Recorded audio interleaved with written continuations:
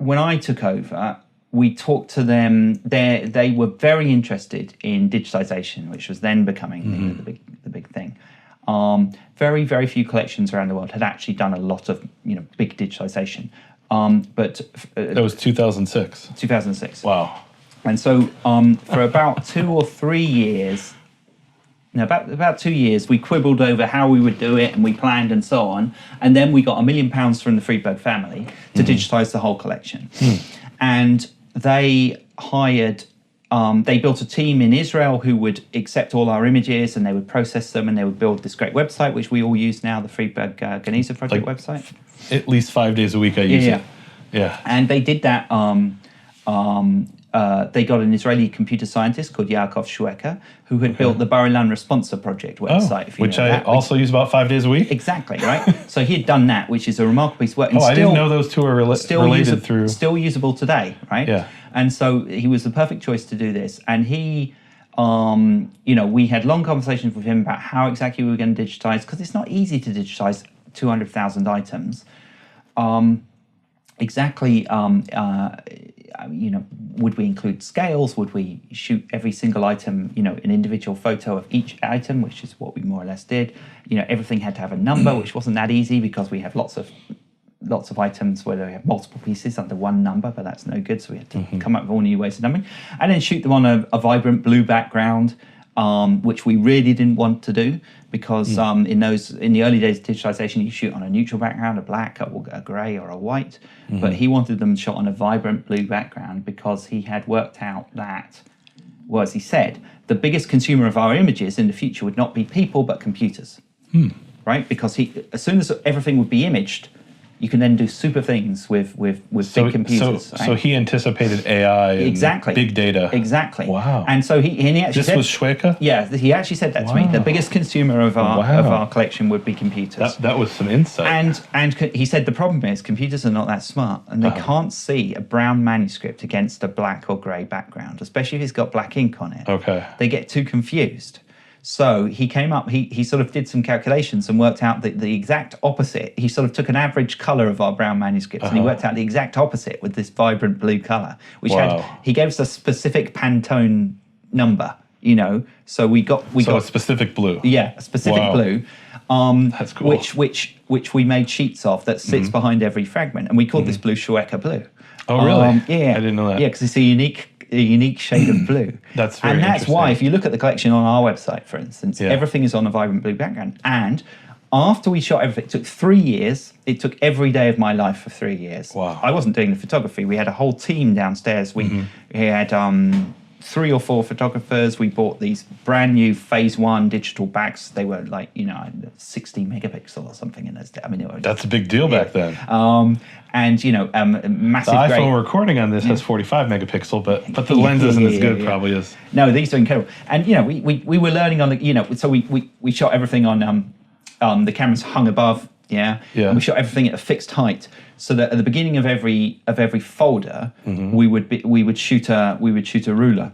Okay. And a color chart, and we would know, therefore, if we had that a fixed height, that every item thereafter, we would be able to the computers would be able to measure and be able to know exactly. How did you do for really big fragments? Like, we had to buy this. there's fragments that are like this big. Yeah. So we got bits of Torah and stuff like that. Yeah. So we had to buy this bespoke German scanning back. It was a camera that hung above a massive grate, and it scanned the whole thing in multiple images, and then it sewed them together, stitched them together. Okay, so that's maybe at a different scale than the other ones, or it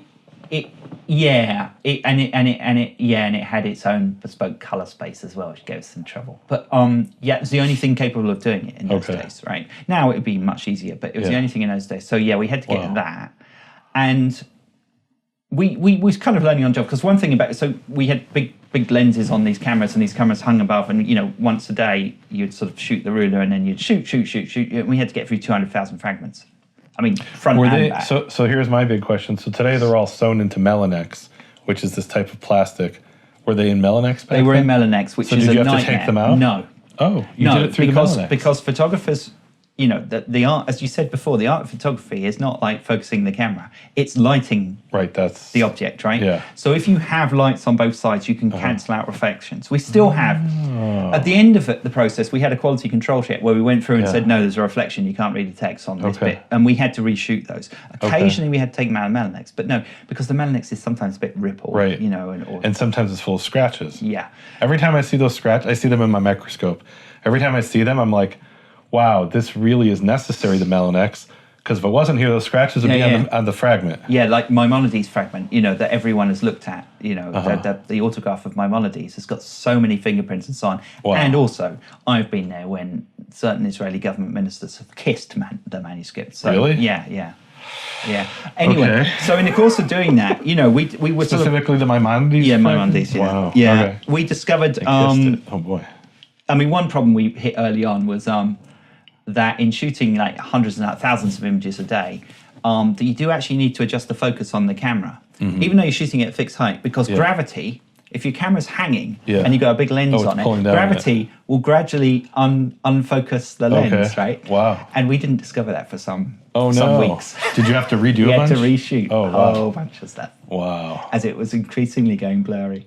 Wow. And this took 3 years. 3 years, yeah. That's pretty good. Yeah. That actually gives me a lot of hope, because there's a particular collection that I'm not going to mention here that it is my goal. One of my goals in life is to get that collection digitized and somehow facilitate that, even if it's not me. And we'll talk about that afterwards. But wow, that gives me hope, because I think that collection's probably more than 200,000. No, that sounds about right. Yeah. But then it's a lot of bound codices, and anyway. Yeah. Okay, so it's doable. So maybe 5 years. And obviously technology and everything has moved on in a way.